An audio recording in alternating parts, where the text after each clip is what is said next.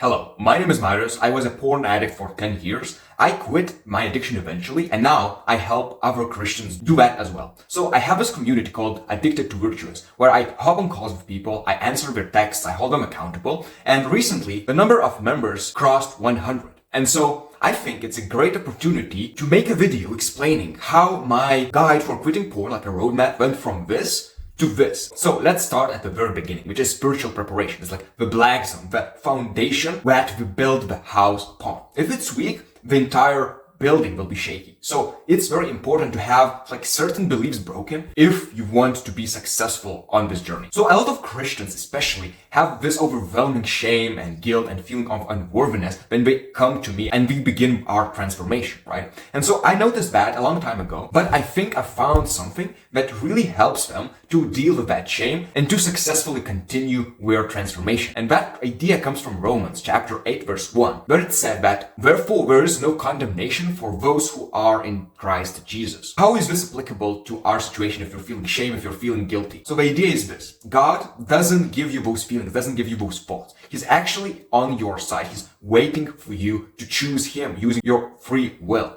But we have a very insidious entity, the devil, giving you those thoughts and emotions. It's his strongest weapon against you. He's sensing that you are slipping away from his claws. And so he's doing everything in his power to keep you addicted, to keep you hooked, to keep you in that pit of shame and guilt. He cannot control your actions, but he can give you those thoughts. And he can convince you that they are true and you should feel those feelings. But you shouldn't. There is no condemnation for those who choose to live by the word of the gospel, who believe in Jesus Christ. Now let's move on to the urge emergency protocol that I found is extremely useful when you are in the moment of experiencing a temptation. So in the past, I only had 2 steps to it. Like it's becoming aware and fleeing from the temptation. But I found there was a missing link between those 2 steps. Well, you see what happens a lot of the time is people not feeling in control of their actions. Like they report not remembering what happened. It's almost like a compulsion that sucks you in and you are unable to use your free will to escape. So I found that there needs to be this one missing link, which is saying no.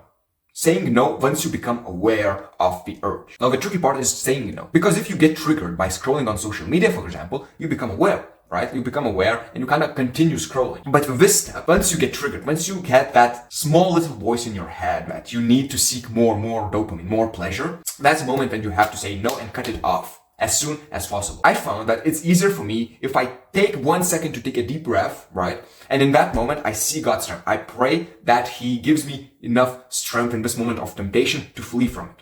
And then, once you get this 1 second of consciousness, you are able to just press exit from your phone, leave your room, do whatever it takes to beat that temptation. And then you can continue the usual urge emergency protocol, which is just based on 1 Corinthians chapter 6, where it said, flee from sexual immorality. You flee physically, right? You just leave the environment that keeps you hooked, that keeps you agitated, and you flee spiritually or mentally by praying or doing your journaling or deep breathing, whatever you do that works for you. That's how you direct your thoughts away from lust. So physical and mental fleeing. Now, one thing that I want to make very clear is that I don't ever fight temptation. I experienced on my journey, I'm 120 days sober from relapsing. Several times I fought with temptation and I was able to win, but I never trust my own ability to just sit it out and fight that temptation. Because I found that fighting it is actually entertaining it. It's like going up against a dragon and then you cut off one head,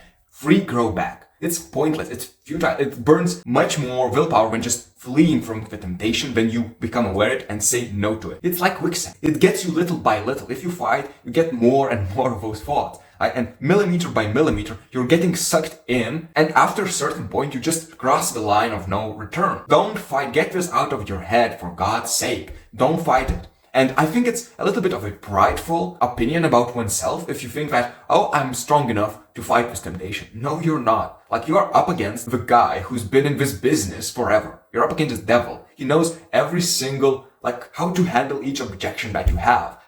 He reminds you of God's mercy before you relapse, and he reminds you of his justice after you do that. So please don't fight temptations. Just flee from them.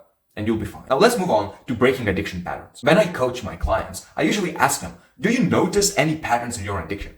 And interestingly enough, they always say that it's just all random. But what I learned is that when you ask them how they relapsed recently, and they tell you, and you ask them how many times in the past you relapsed that same way, they usually say that, oh, it happened countless of times. So where are patterns? There are patterns. It's just important to take it seriously enough to notice them. Now, once you know your patterns, once you looked in the past, then what you can do is look in the future and prepare for the same situations in advance. I call it foreseeing failure. If you were to choose from 3 doors which way to take, right? But you knew exactly where those doors led. 2 doors lead to hungry lions that will eat you, and 1 door leads you to diamond. And you knew which door leads where. You wouldn't purposefully choose to go and be eaten by the lions, right? So that's what I mean by foreseeing failure. It's like, as the dog returns to his vomit, the fool returns to his folly. So from my own experience, my strongest pattern was laying in my bed late at night and just doom scrolling, right? And so what I've done is I just get it into my mind to not relapse in that particular time. Like just make sure to not do it in bed at night while scrolling on my bed by feeling stressed or bored. And I took some measures to it. Promised myself to not use my phone for 1 hour before going to sleep. And I stopped having my phone on the nightstand. I started leaving out of arm's reach to create that extra friction to talk myself out of that temptation. And it worked. It only took so little to significantly improve my addiction. So it's very worth considering. Now let's move on to the building momentum section. In the past, I used to have foreseeing failure in the zone, but I merged breaking patterns and foreseeing failure into the same thing. And instead of foreseeing failure, I added seeking God's strength. So what I mean by saying God's strength? Now we talked about it a little bit in the urge emergency protocol, right? Where you just say no and you seek God's strength. But what I noticed is that there are more addictions that people suffer from that also suffer from porn. And so seeking God, seeking his strength in the moment of temptation is kind of hard if you never practiced and got good at it before. I look at it as a skill right now. But the thing is that if you want to quit porn, it's one of the strongest temptations that you can have. It's intrinsic, it's primal. It never leaves you wherever you go. Like you can go on an island and you can still be addicted to it. I'm talking about lust, obviously. What I noticed is you can develop the skill and become good at seeking God's strength with smaller temptations that you have in your life. For example, if you are going to the shop and you see some candies and you're really craving them, if you say no to that temptation, to that craving, you are essentially developing that skill. You're getting experience in that skill like a video game. And later, when you are experiencing a temptation of watching porn, masturbating, right? You'll be a little bit better at saying no to that temptation. And that's how you seek strength. That's how I do it. That's something that you can practice on your day-to-day life. So that goes for food, that goes for procrastination, that goes for overstimulation, doom scrolling.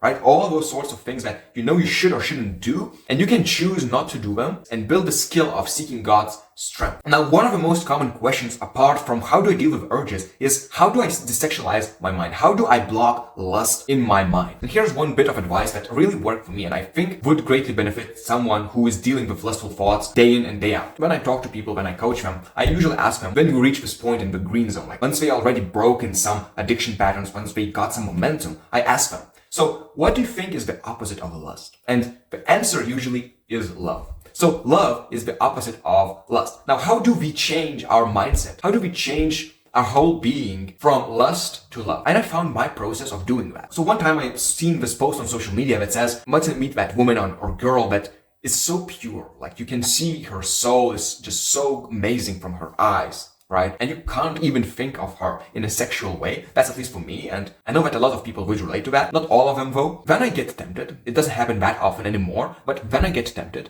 I try to remind myself of that one girl. And I think that most guys will have that one girl, that one muse that they remember from back in the day. Maybe you don't even have her right now. You don't know anyone around you who is that girl for you, but I've certainly had them in the past. And if they are not entirely pure and like virtuous and wholesome, you can give her those attributes in your mind, a little bit brainwashing yourself just for the sake of, shifting from lust to love. And I want you to imagine her like looking you deeply in the eyes and you return the same look. And you just share that moment of just feeling wholesome. Even if you haven't experienced like a girl like really caring for you at some point in your life, it's a good exercise to try because kind of need to act that way before you can actually get the thing that you want. It's like blessed are those who believe without seeing, right? And if you have this resistance, like some girls did you dirty before, turn the other cheek. Resentment is like the worst feeling. It's like nobody cares about it apart from you. And the only person who suffers from it is you as well. So get rid of all the resentment and change lust for love. So right at the top, like the blue zone, the long-term solutions, I usually had it called the Big Five. I believe there were 5 reasons why people would ever relapse on nofap, or they would develop a porn addiction, right? So those reasons were stress, loneliness, boredom, overstimulation, and fatigue. Now, after a long consideration, I made a decision to subtract 2 and leave just 3 big reasons for relapsing. And those remaining 3 reasons are stress or anxiety, loneliness / sadness / apathy / nihilism, and boredom.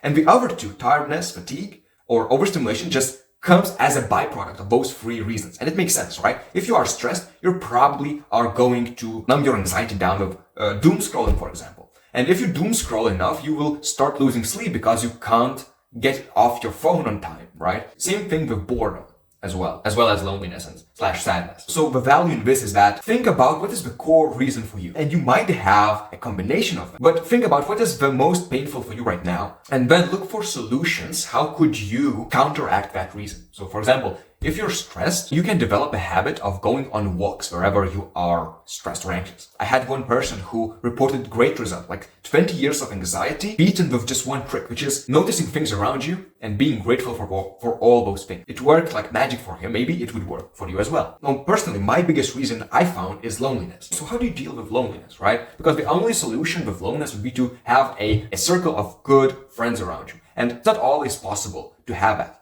It's not always possible to have a loving girlfriend by your side. Sometimes you are just alone by yourself and there's not much you can do. Even if you try to seek community, sometimes you just feel lonely among others. And that's the worst feeling that I've experienced. So how do I deal with loneliness? Well, there are 4 relationships that I think independently of your situation you can cultivate. So the first relationship that you develop is the relationship with God. You see, truly, we are never, ever alone. We're never, ever by ourselves. God is right next to us, waiting for us to notice that He's there. And a way to notice that is to basically be grateful for all the things that you see around you, for beautiful nature, for being able to walk, to breathe even by yourself with no assistance from machines. Also reading the script, hearing songs that worship God. Also not refraining from silence and just sitting there and meditating, being peaceful, especially on the weekends or holidays. Another relationship that you can cultivate is finding a mentor. Now, when someone would tell me that in the past, I would always accept that with a skeptical, cynical attitude. Because I felt like, how can I find mentors who would care about me? Or I'll have to pay them. I don't have enough money for that. But you can find inspiring, great people to follow for free from the comfort of your own home. You have the ultimate device for doing that. You have all the needs, and you don't have to cultivate like one-on-one personal relationship with them. You can consume their content. You can read their books. You can listen to their podcasts, and you can immerse yourself in their philosophy. And that's very exciting. From my own experience, I'm now building a coaching service. So I have people who I look up to who are my mentors, right? And I look up to them and I listen to their story and I feel connected. Like, it's much better than just trying to who doesn't share your same interests. One thing that I'll say is that in order for this tactic to be successful, you need to have the mindset shift from consuming entertainment content to consuming educational, high quality, valuable content. Now, just a few ideas about the roadmap itself. So I constantly reinforce people. Quitting porn, quitting lust is not about individual quick fixes or tactics. It's about spiritual, physical, mental transformation. It's about being reborn. And to make that transformation, you need to have a clear goal. Now, most people base their goals around reaching a particular streak on nofap. There's nothing wrong with that, but what I'll add is that it's not the entire story. You see, just counting days is counterproductive because the real metric that we should measure, not how many days you go without relapsing, because you might have 0 urges throughout 30 days of the streak, right? But it's more important to count how many urges you've beaten in a row, because one day where you beat 10 urges is worth more than 100 days where you beat 0 urges. You learned nothing. You didn't learn the skill of dealing and conquering the urges. And what I noticed is that only 10 urges beaten in a row is enough to at least make a significant progress in your journey, your transformation of quitting porn and lust. And to give you a tip on how to implement it effectively is you need to have some sense of urgency with this problem. Like, it takes effort, it takes that escape velocity to break into the atmosphere, and after that it gets easier. But at first, you need to be willing to put in some effort. You need to be willing to put in some time to think about it more and not just numb yourself down with cheap pleasure, cheap dopamine, distracting yourself from your problems. You've been suffering from this for a long time. There is no need to prolong it anymore. And so that's basically the rundown of what I've been doing for the past 5 months of coaching Christian men who are trying to become virtuous in the eyes of God. If you were interested in my help, you want some accountability, you want a lasting, sustainable change, click the link in the description. That will take you to the community called Addicted to Virtuous. For now, God bless.